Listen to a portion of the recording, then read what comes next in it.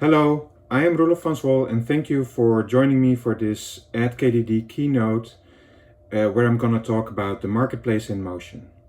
Before I start, I really would like to send a big thank you to Suji Rajan and the AdKDD committee for giving me the opportunity to present some of the work that we have been doing at Pinterest to really evolve and improve the ads marketplace. What I'm trying to do is to give you first a quick introduction into Pinterest so that we all know what Pinterest is all about and what our objectives are, and then focus more on the ads marketplace. After that, I'm going to go in more details and talk about the auction design and principles. From there, how relevance is important to really help put pinners first. And in the second half of the presentation, I'm going to focus on predicting engagement and the top of funnel candidate retrieval to make sure that we get the right candidates coming into the auction.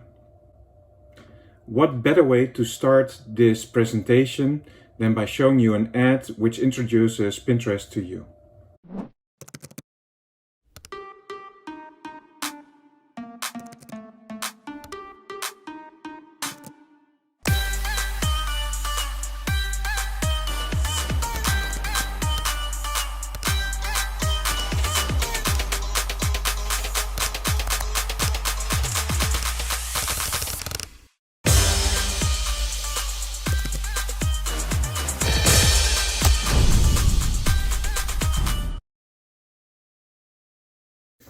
I hope you enjoyed that video that imagined how Queen Cleopatra from Ancient Egypt would have used Pinterest.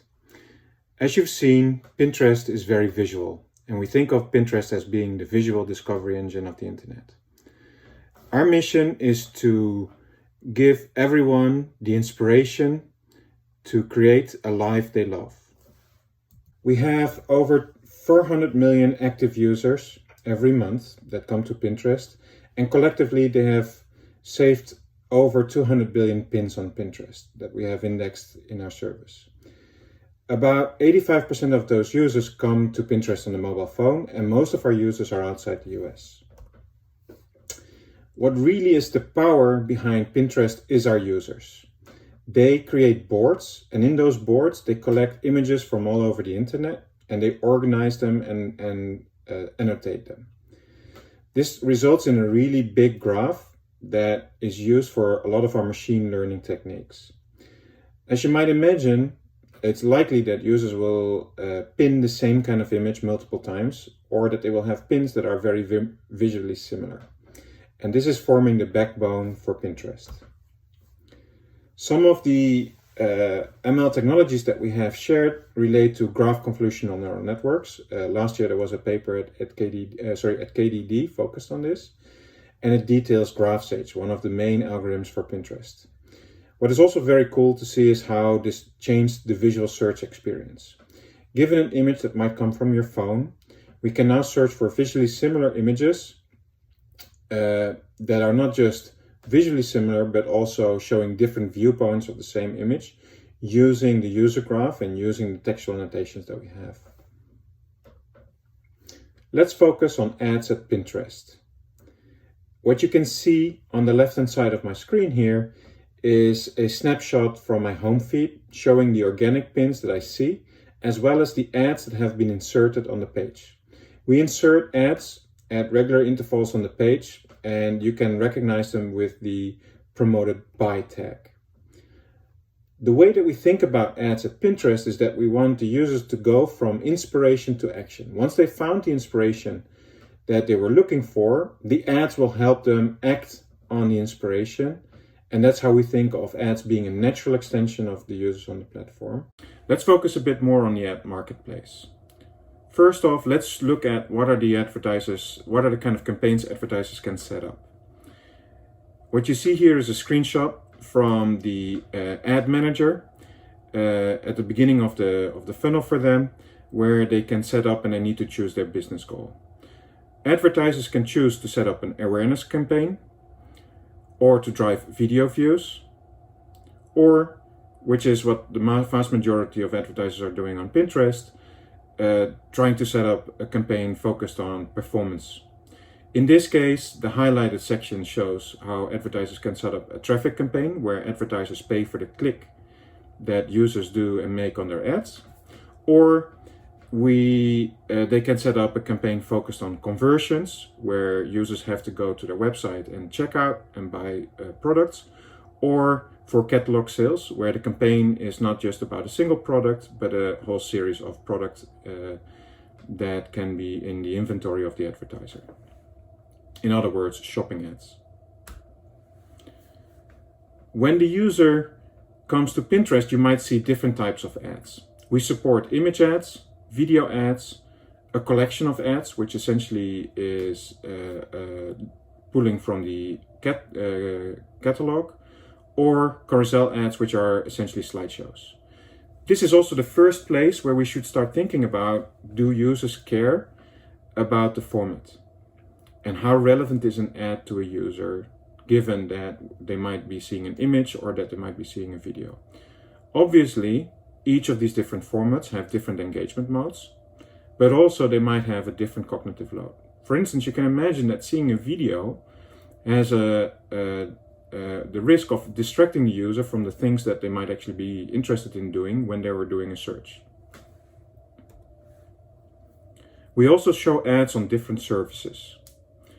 We have ads on the home feed, where the context is mixed. The user, the pins that the users see on their home feed are based on their past activities. They might be looking at a particular single pin. We call this the related pin service, and then we show recommendations for pins that are related, and we show the ads related to the pin. Or they might have performed a textual or visual search query, in which case the pins are related to the query itself. You can imagine that the context is the strongest in context of search, where there is a very explicit interest of a user in one particular topic. It is variable, and therefore the relevance baseline, the quality of the ads that we would like to show, is also variable. Everything needs to come together in a single marketplace. We have a two-sided marketplace where we really try to bring together the interest of pinners and partners, and want to maximize long-term value for both of those for both pinners and partners, but ultimately Pinterest. And we have to do this across the different services, the different formats, and the advertiser objectives that we're supporting. In line with the company mission, we really would like to put pinners first. Hence, we have a very strong focus on relevance when we are showing ads to pinners. This becomes even more obvious when you're looking at the relationship that we have with pinners as well as partners. And this is one of those typical things where you see how revenue is being composed out user actions, the number of users that you have come to your site, the number of visits, the number of pages that they see per visit, the ads that they see per page, and the ad engagement. At the same time, we have a relationship with partners because they care about the ads that we show to our users, how users are engaging with the ads, especially if they're paying for traffic or conversions, and the cost that they pay for per engagement. At this point, I want to go back to the keynote presentation from Erin Manafoglu last year at AdKDD. I thought this was really inspiring, where she was talking about the optimization framework. She started with two assumptions. The first assumption was that satisfied users will engage more with the product. And when we want to optimize for long-term value for pinners, we can use short-term engagement as a proxy for long-term engagement, or short-term satisfaction as a proxy for long-term engagement. Similarly, satisfied advertisers will increase their spend. And if they're satisfied in the short term, that will be a proxy for long-term advertiser retention. She then posed the relationship as a constraint optimization problem, where we can take the short-term observations in a constraint optimization problem.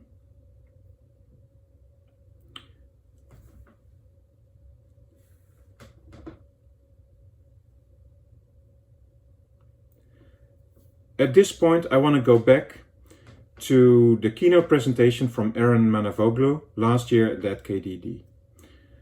I thought she put it down very well when she was talking about the optimization framework to really satisfy the long-term effects and long-term mission to make users, advertisers happy, as well as providing value for the company. She put down two assumptions. The first assumption was satisfied users will engage more with the product. When users are happy, when they're satisfied, they're more likely to come back in the future, and that will drive long-term engagement. The second assumption was that satisfied advertisers will increase their spend. When advertisers are satisfied, they will actually be retained and will spend money for a longer period of time with the company. Bringing this together, she then posed this as a constraint optimization problem, where the goal is to maximize revenue, subject to meeting user satisfaction, and subject to meeting a certain bar for advertiser satisfaction.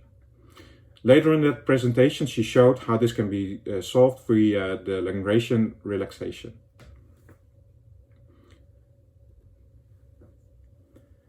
In the remainder of this presentation, I'm going to focus on the design of the auction first, talk about relevance, but going from there, taking a look at the design choices that we need to make for ranking, as well as retrieval, to really optimize the entire ads delivery funnel. Auction design. When you think about auction design, I would love to think about it in terms of ingredients that need to come together. On this page, I highlighted 5 of the core responsibilities of the auction. First off, we need to think about the auction mechanism. Second, it's about ads ranking and the signals that go into the auction and how we determine which ad will win the auction. We are a platform and publisher in one, and therefore we are also in charge of the allocation of the ads that we're showing to our users. We can decide where and when we are going to insert these ads. We also determine what the value is of each of these ads, and therefore we have to set reserve prices. And finally, we can use quality floors to determine which kind of ads we would like to have in the auction, given a particular user request. As I mentioned before, these kind of quality floors might be much higher on search than they would be on the home feed, where the context of the user is more relaxed. I'm going to vastly simplify the entire auction and focus on the principles first, just to give you an idea and to walk you through.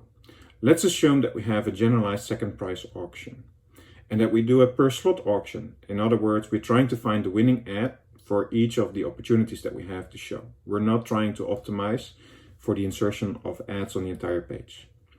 In that case, we first want to apply quality floors for each of the ad candidates before they enter the auction, or when we have chosen winning an ad, so that we can make sure that the ads are in line with our policies. Second, we need to compute what's called the utility score. What is the value that we're getting for each of the ads?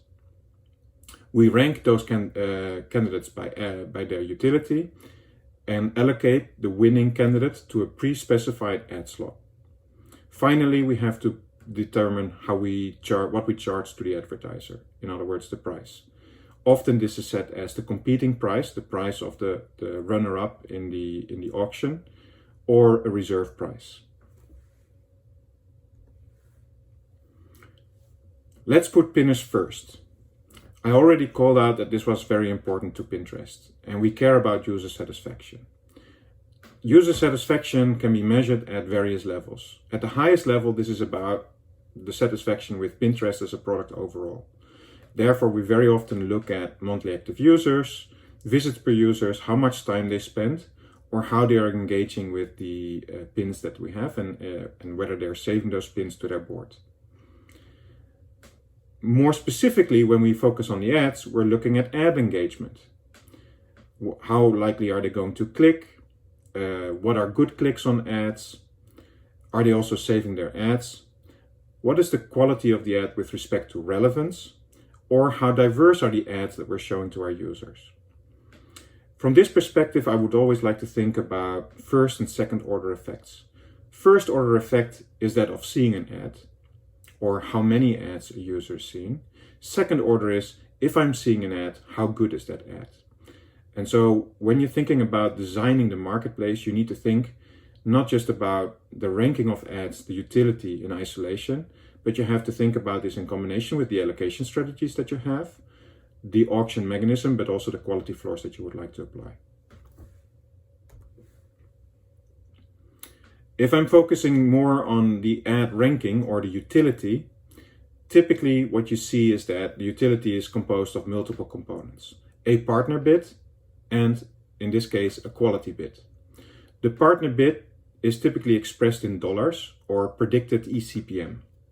Just to give you, again, a very simple example, the partner bid can be the bid that they put in when setting up a campaign. If the objective is that they're paying for awareness, they're paying for the impression. Or in the case that the objective is set to traffic, they're paying for, the partner bid is set to be the bid, the max bid that they're putting in, times the predicted click-through rate on the ad. Or in case of conversions, the bid times the predicted conversion rate. The second part of the utility is the quality bid, also known as the shadow bid. Again, we prefer to also think of this as a dollar investment in the utility. We want the quality bid to really represent the values for the user. And therefore, we're thinking about the quality bid as three components. Relevance, the relevance of the ads that were shown to the user. Engagement, how are users engaging with these ads relative to the organic content.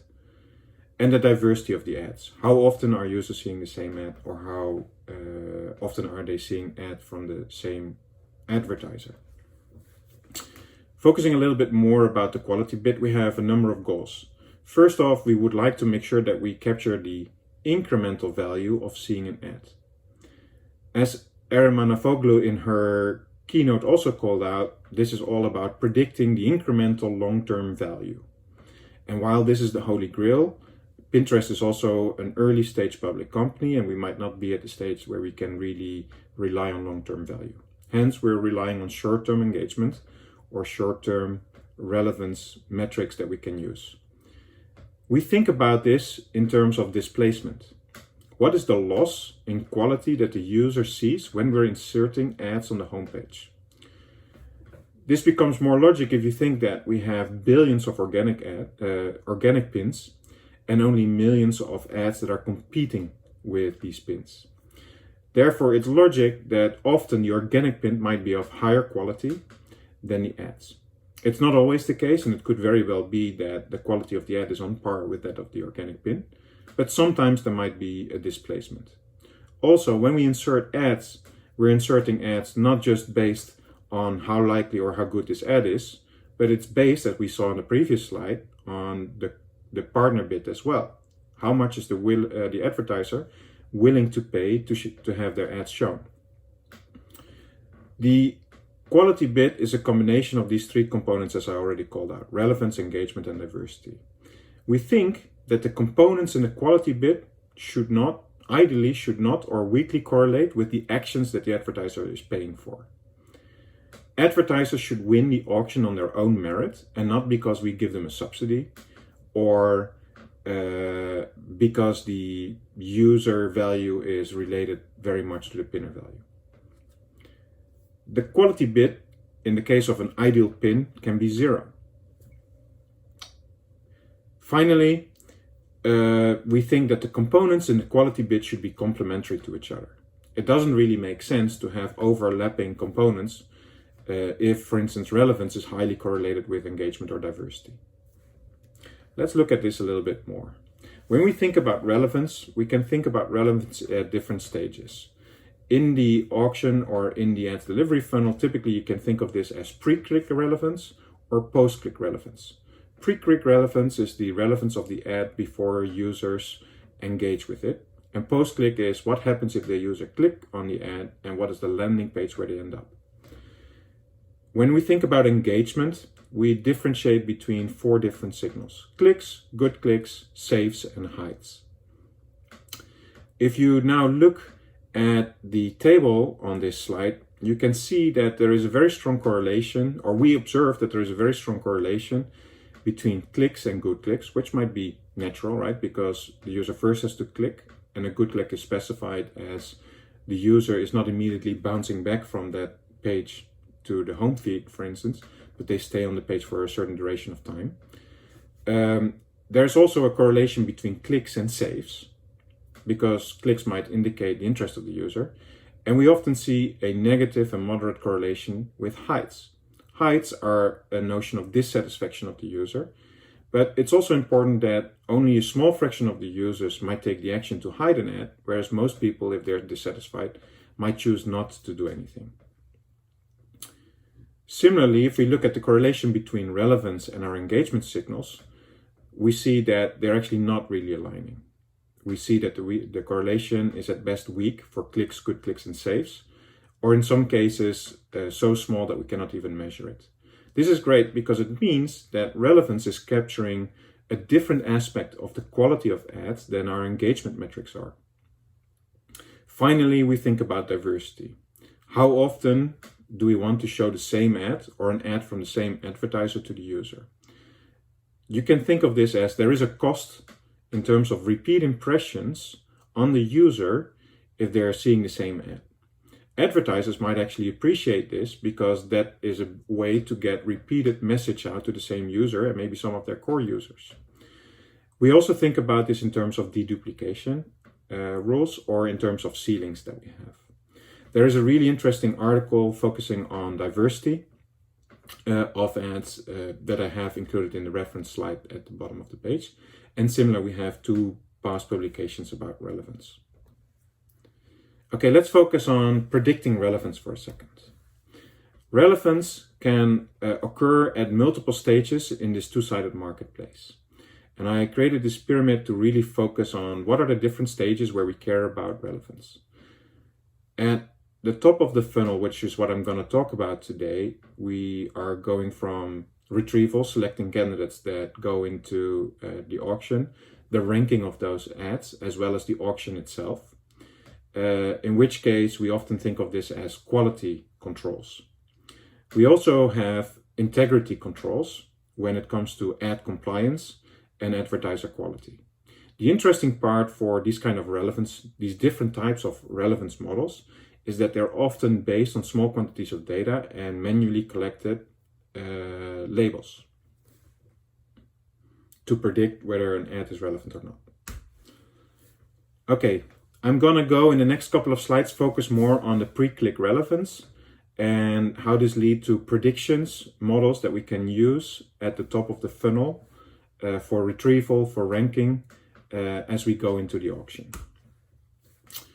The objective here for pre-click relevance is to predict the probability or predict a score for relevance, but in this case I'm assuming probability, the probability of an ad being relevant to a particular user in a particular user request context.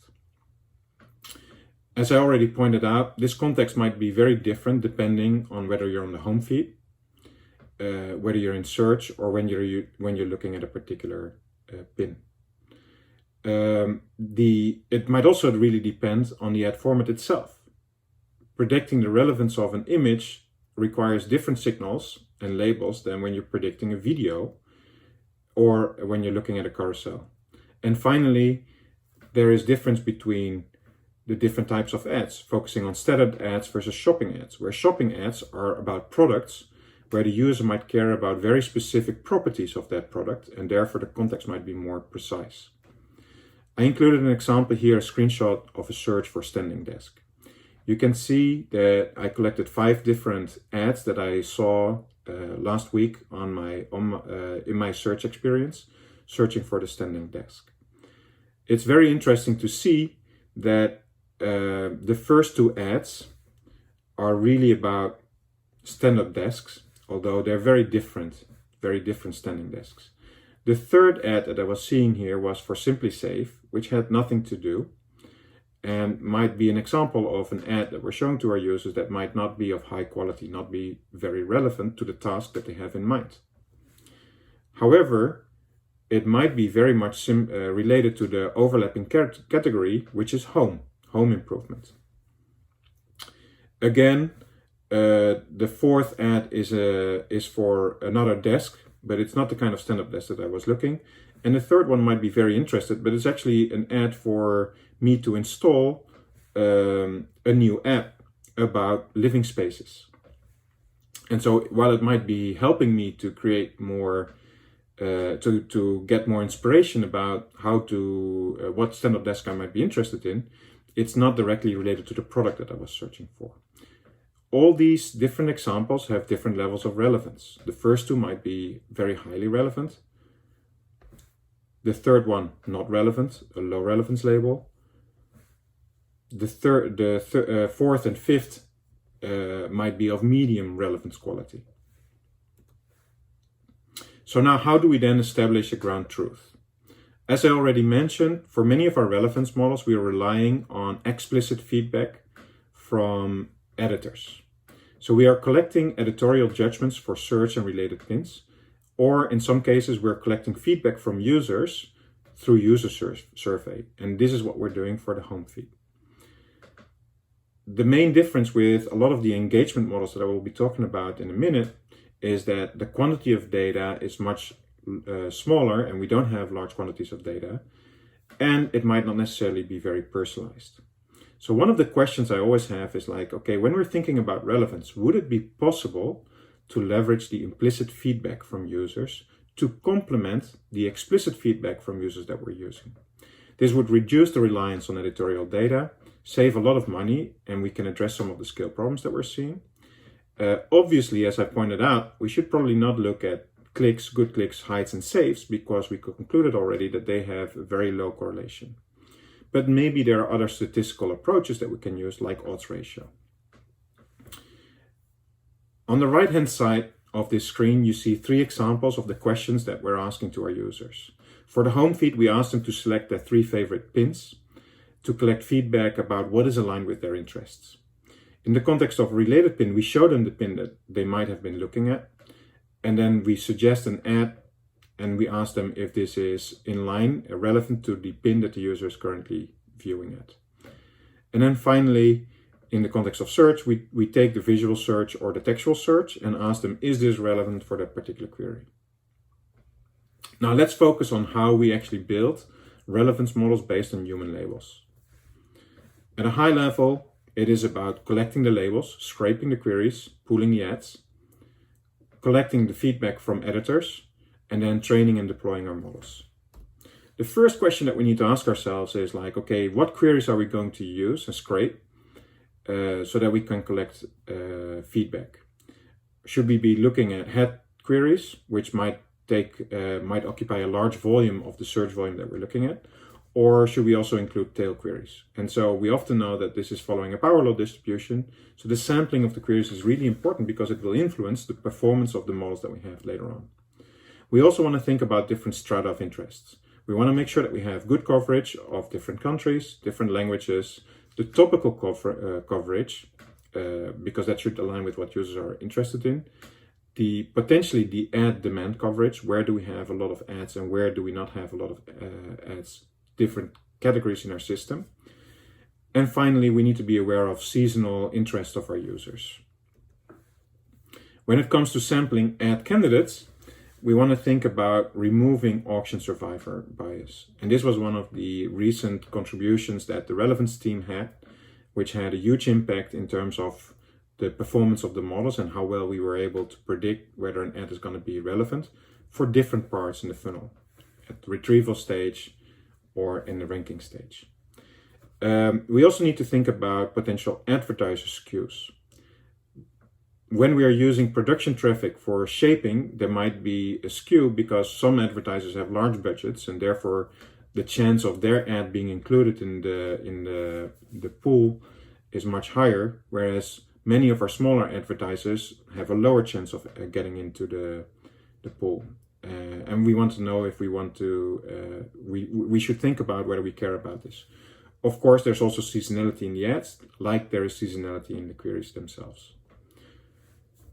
Now that we have collected this, we should also think about how we productize this. How are we going to collect incremental feedback when we want to update the models or when we want to test and improve our metrics, because these are two different goals. We also want to be able to measure the quality of relevance in our product in an ongoing basis, or we want to try to identify the weaknesses in our model and make sure that the next batch of relevance judgment that we're collecting will help address some of the gaps that we have in our model. Again, these are all decisions that we need to make early on in the design process.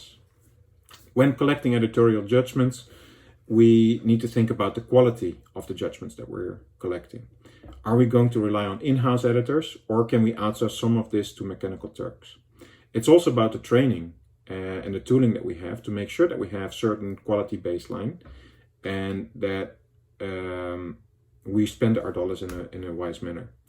Finally, it's about the rating scheme. Are we going for binary judgment, relevant or not, or do we want to collect ratings on a 5-point Likert scale?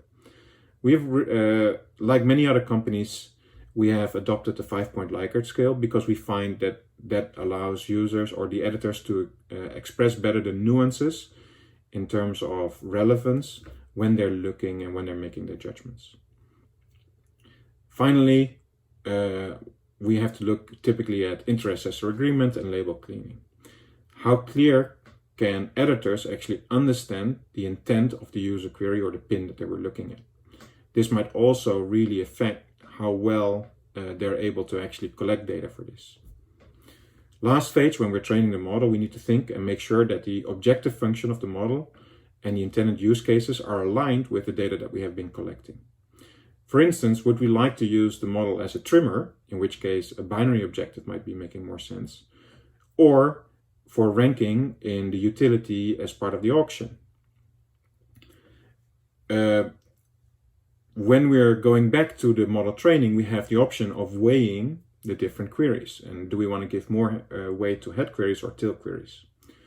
Or we might want to address some class imbalance across these queries because we might have more or fewer different types of ads over time.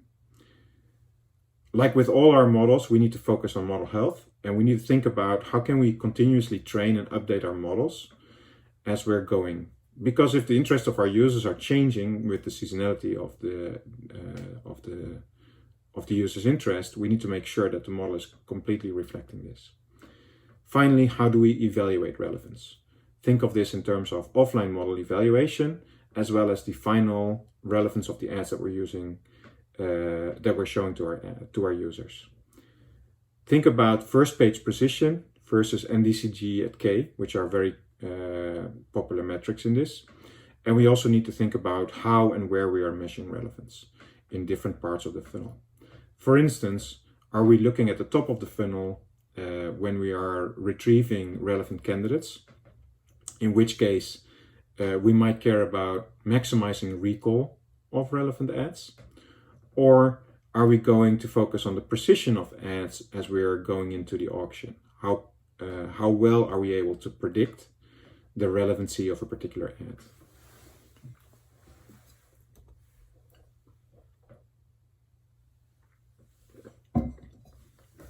A core part of the auction is all about predicting engagement. The engagement relates to clicks, saves, hides, close-ups, or the conversion events that advertisers might be paying up for, like checkout or website visits and add to cart. I want to step back and look at the evolution of some of the engagement model architectures.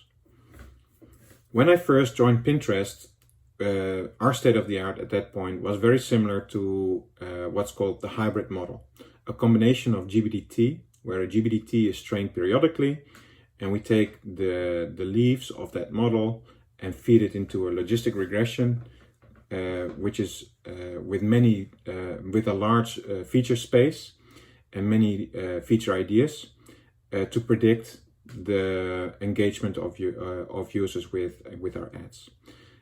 Two papers that are, in my opinion, very important in this was one paper from Facebook about practical lessons from predicting clicks, as well as a paper from Google about ad click prediction, where they're proposing a follow the regression leader for online optimization of their click prediction models. soon after, we moved from the hybrid model into a new model, which was called the wide and deep model.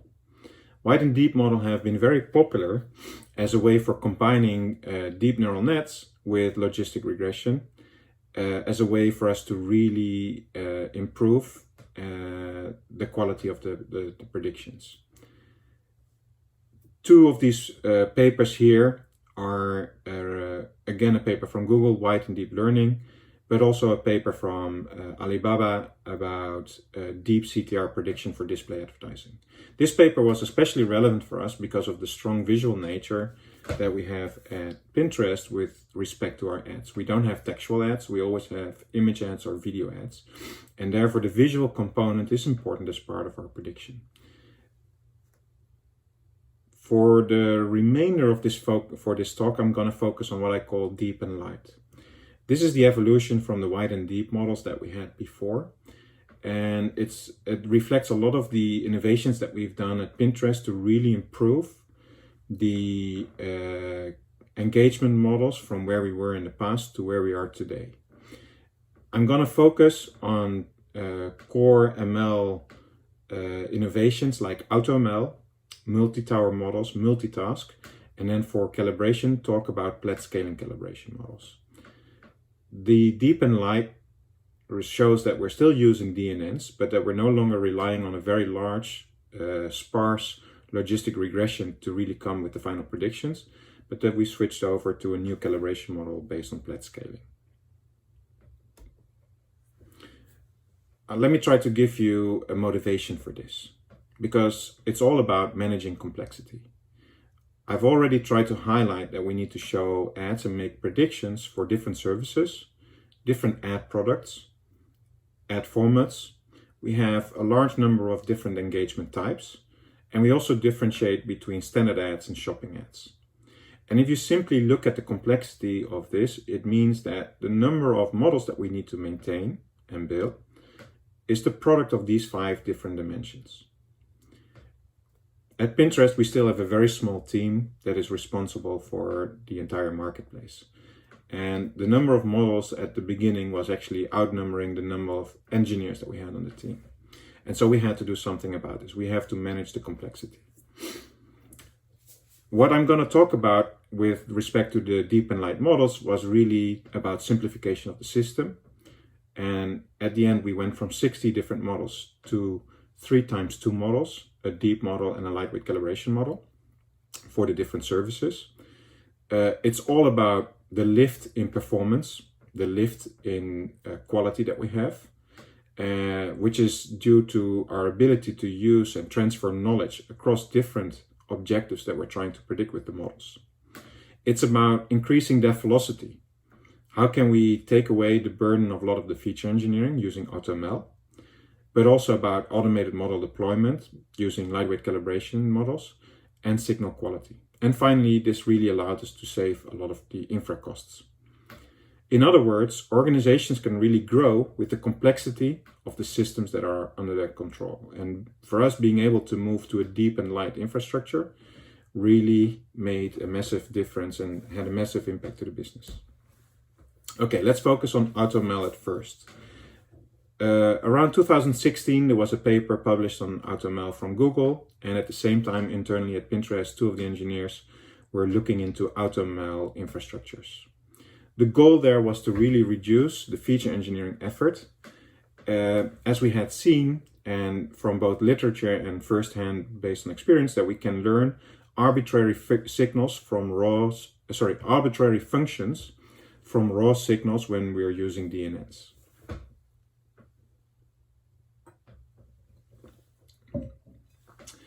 As part of the AutoML structure, we need to first look at the input layer and the signals that we're sending into the model.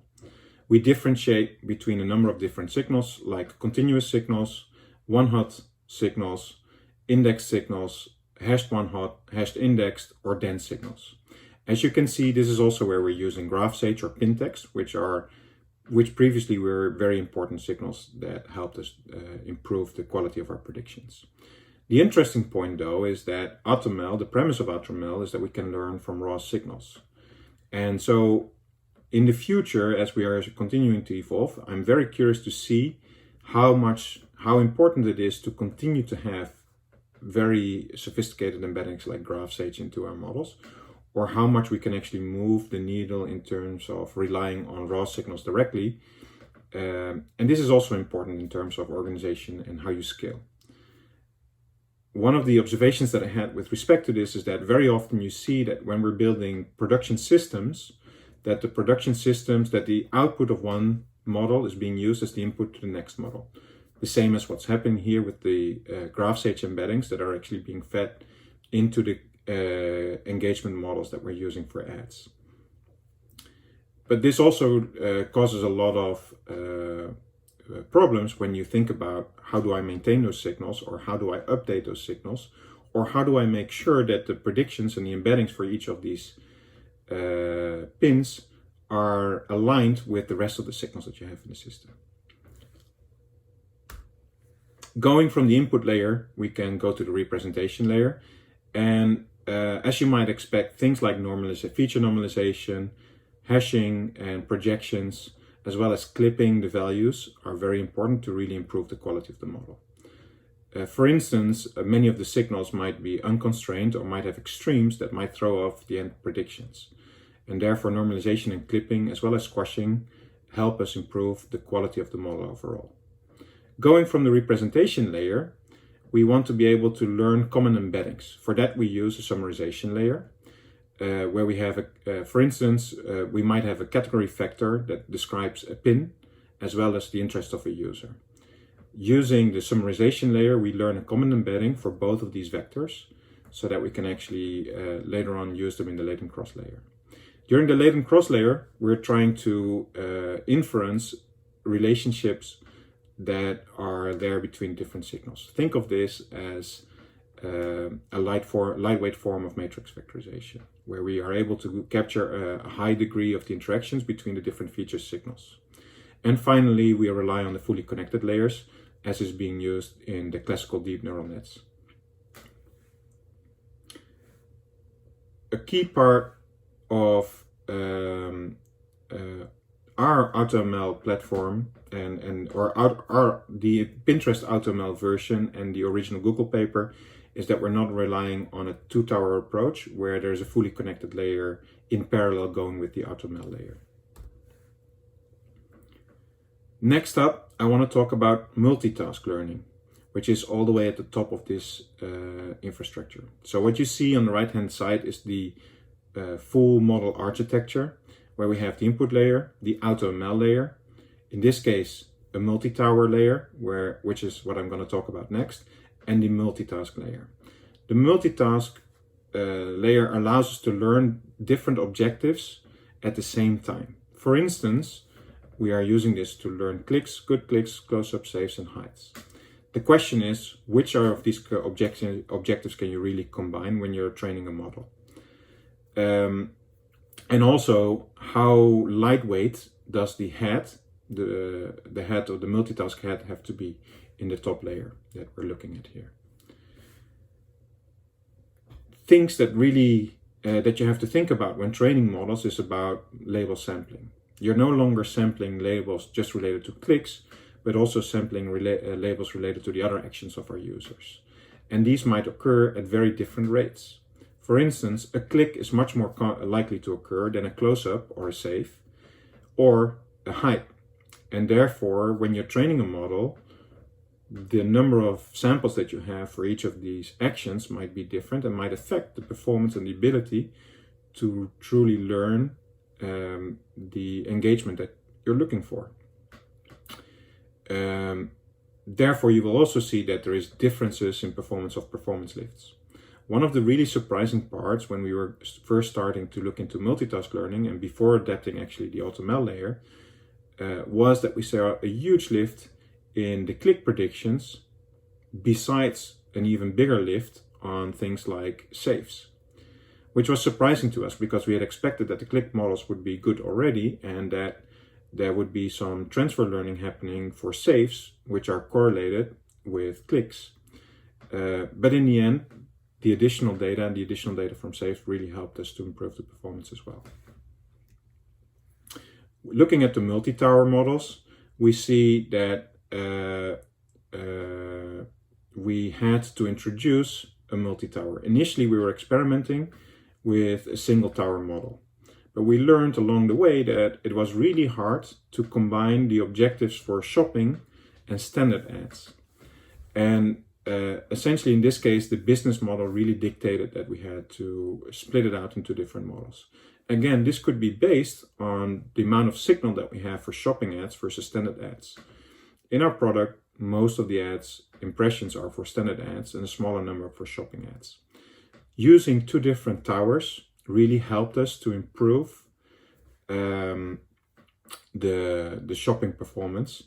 But again, you need to think about the quantity sample. Other uses for multi-tower could have been the offsite versus on-site signals that we're using. Offsite means, in this case, some of the conversion signals. And one of the future questions that we have is, can we really combine on-site click signals with off-site conversion signals? Just to give you a quick understanding of how this lifted our offline performance metrics, in our control version, we had two single DNN, or we had the single-headed DNN models for each of the shopping and standard objectives that we had, and we found an average AUC that was well below the multitask, multi-tower auto-ML models that we're now currently using. And you see a huge lift in performance, both from an AUC and log loss performance for the shopping objectives, but we also see a lift for the standard ads in terms of our engagement metrics. Finally, when it comes to engagement models, I want to talk about some of the calibration challenges that we had. Ads and calibration is a very important match. Many of the ML applications outside the ads domain don't require calibration. But for ads, this is all what the auction is about, because advertisers ultimately pay for the difference in the engagement rates that they're paying for.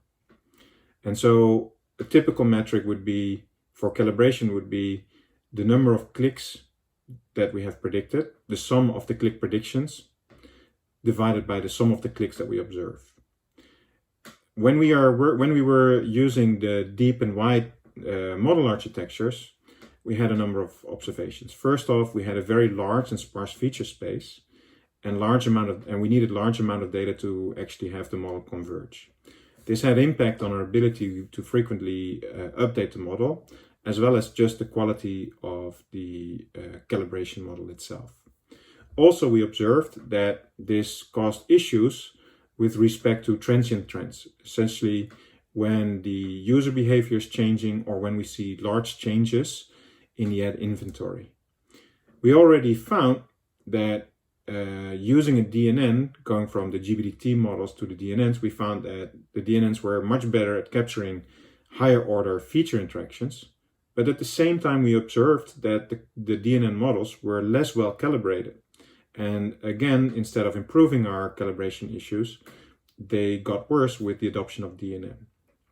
This is also highlighted in one of the papers about calibration of modern neural networks. In that paper, they propose a solution. The solution is focused on temperature scaling, which is a variant of plot scaling. Temperature scaling essentially says, besides the click prediction or the engagement prediction that we're trying to calibrate for, can we use one additional parameter to really tune and calibrate the model? In our case, we're actually relying on plot scaling. Plot scaling really allows for the transformation of the output of a classification model into a probability distribution. In other words, we're trying to fit a logistic regression to the classifier score. Besides using the classifier score, we're also using a small set of signals, like the context, the country, the time of day, or the device where the request to serve ads is coming from, the format of the ad, or a user's language, or some other user demographics data. This really resulted in a very lean and dense calibration model with vast convergence, and now we can move to an hourly update. Also, it's worth calling out that before this model, we were only doing periodic updates of the DN model. And with this new hourly update, we also switched to a DNN update that was daily. Overall, this led to a massive reduction in calibration error, in our case of 80%. Probably not all use cases are similar. The situation for Pinterest might be different than that of very large marketplaces and auctions that we have.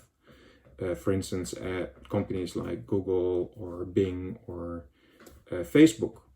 And so the solution for us to move into this was very different, nonetheless crucial for our business. Just some very quick thoughts on the Plaid scaling model itself. We see that, as was proposed in the Facebook paper, that negative downsampling sampling of labels helped to improve the calibration predictions.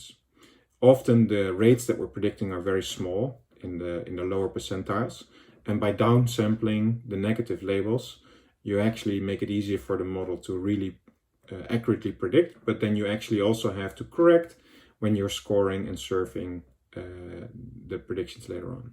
In the context of multitask learning, there's an additional complication for this. The heads, as I mentioned, are likely to have different rates. The click-through rate is much higher than a save or a hide rate. And so we had a very simple solution for this, a trick, as you want to say, where you essentially downsample for one head, let's say the CTR head, and then you rescale the multiplier, W, that is used in the equation here, to based on the downsample rate, as well as the relative E rates of the different models that you see. So how likely are we to observe a safe relative to a click? Also, it's important to think about some label bias, to miscalibration to label selection bias in the experimentation. When you're training a new model and you want to try it in production, you often see that the calibration and that the distribution of the engagement rates is different than what you see in production. This causes a problem in terms of the calibration of that model. Again, a simple fix allows us to really deal with that problem and make sure that we don't have to deal with things like over-calibration in our experimentation. So changes in the model distribution and the impression distribution can be solved by really training the calibration model on its not with the production traffic, but to train it with the traffic that is observed for each of the DNN variant that we're now experimenting with. Okay, last topic, candidate retrieval. This is about the top of funnel optimization. When we get a request to serve ads, we need to determine which ads are going to be retrieved for scoring and then ultimately for the auction. In the original situation, we had 12 high quality rankers that were pulling ad candidates from the ads inventory. Things like an exact match based on the IR foundation and IR models, broad match, or maybe based on visual similarity, using GraphSage or pin text signals. And all of these rankers were providing candidates. And what we did then is we put them in what I would call a naive priority-based blender to determine which are the ads that would enter the second phase of the ads delivery funnel. Now, this is not ideal because there is no way for us to optimize to a particular object and to be in control of what candidates would ultimately enter the auction. It's also a very natural progression of a marketplace. When you're building out a new marketplace, as we're doing at Pinterest, you have to go with simple approaches first. But obviously, this is not ideal because it really doesn't allow us to really think about the objective. And when we think about the top of funnel optimization objective for retrieval, we need to think about what are we going to optimize for. Internally, we all agreed that we want to optimize for recall. But then you can still ask yourself the question, okay, but recall of what? Recall for the engagement of ads, which is one of the core signals that go into the auction because that's part of the partner bid. Or should we optimize for relevance to make sure that the ads that we're going to retrieve are always going to be of certain quality so that we make sure that we can put pinners first? Or should we optimize for funnel efficiency, the different types of ads that we have going into the funnel? As we know, we have video ads where the advertiser pays for the view, or different image ads where the advertiser really is trying to optimize for conversions. Or maybe we should directly align with the utility function that we're using in the auction, which consists of the partner bid and the quality bid. In that case, we're trying to optimize for auction survival. What are the ads that ultimately are going to be shown to the user? One of our recent innovations in this front for retrieval is that we switched from the old architecture with 12 high-quality rankers into a two-tower DNN. As you can see, the bottom layers of the two-tower DNN are again based on AutoML. But then at the top layer, we're not just directly predicting an output, but we're creating an embedding layer, either a user embedding or an ad embedding, that then ultimately results into the prediction of our objective that we're trying to do using a dot product or a cosine similarity. This model architecture has been also tried by other companies, and there's a famous YouTube paper about YouTube recommendations, as well as a paper from Twitter also talking about how they use a similar yet different two-tower architecture for their retrieval.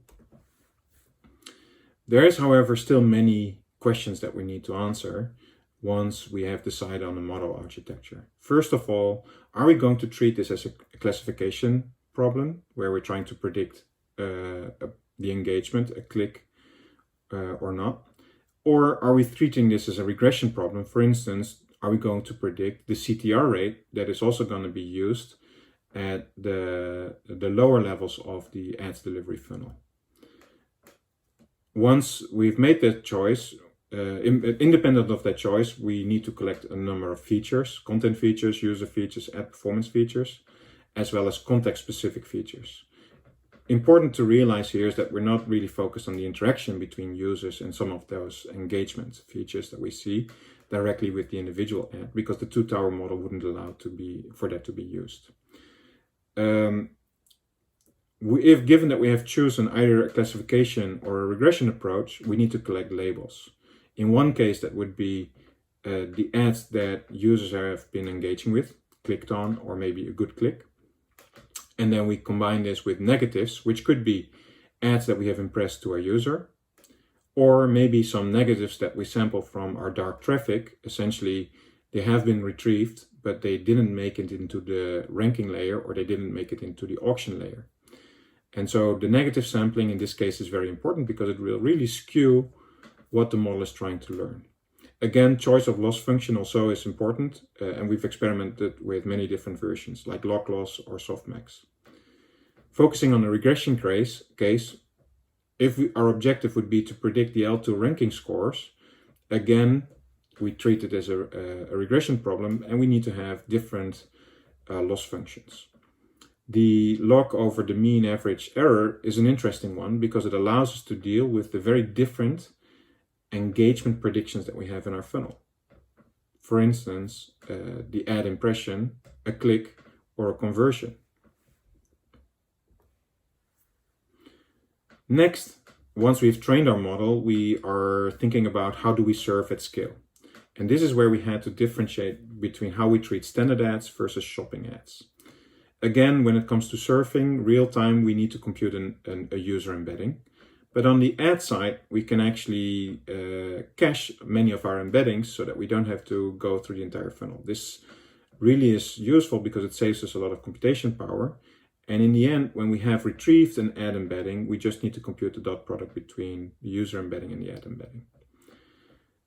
However, this doesn't necessarily work for ads, for shopping ads, because we have millions and millions of shopping ads, hundreds and millions of shopping ads, and the dot product cannot be computed over such large collections of data.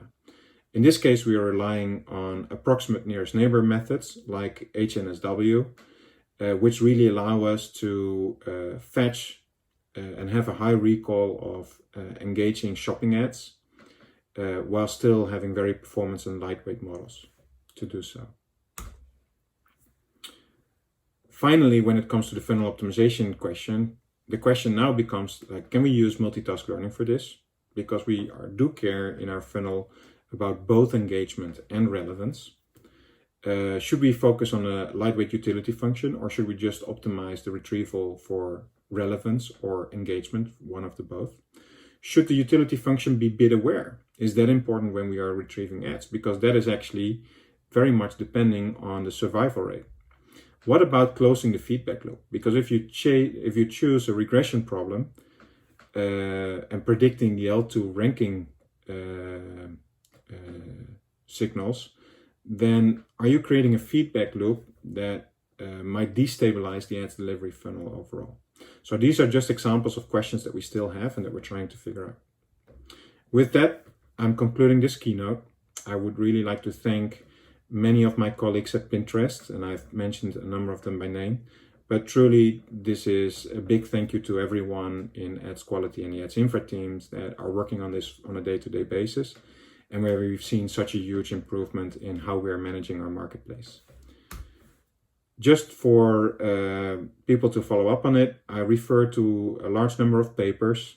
It's really interesting to see how many of them come from either KDD or AdKDD directly. And please take a look for follow-up and learning more about this problem. Thank you so much. For me, this is about the marketplace in motion. We're an early stage public company and we're trying to really evolve our marketplace. And it's about a big balancing act that we need to go through while a lot of things are changing around us. Thank you so much, and I hope to see you again soon.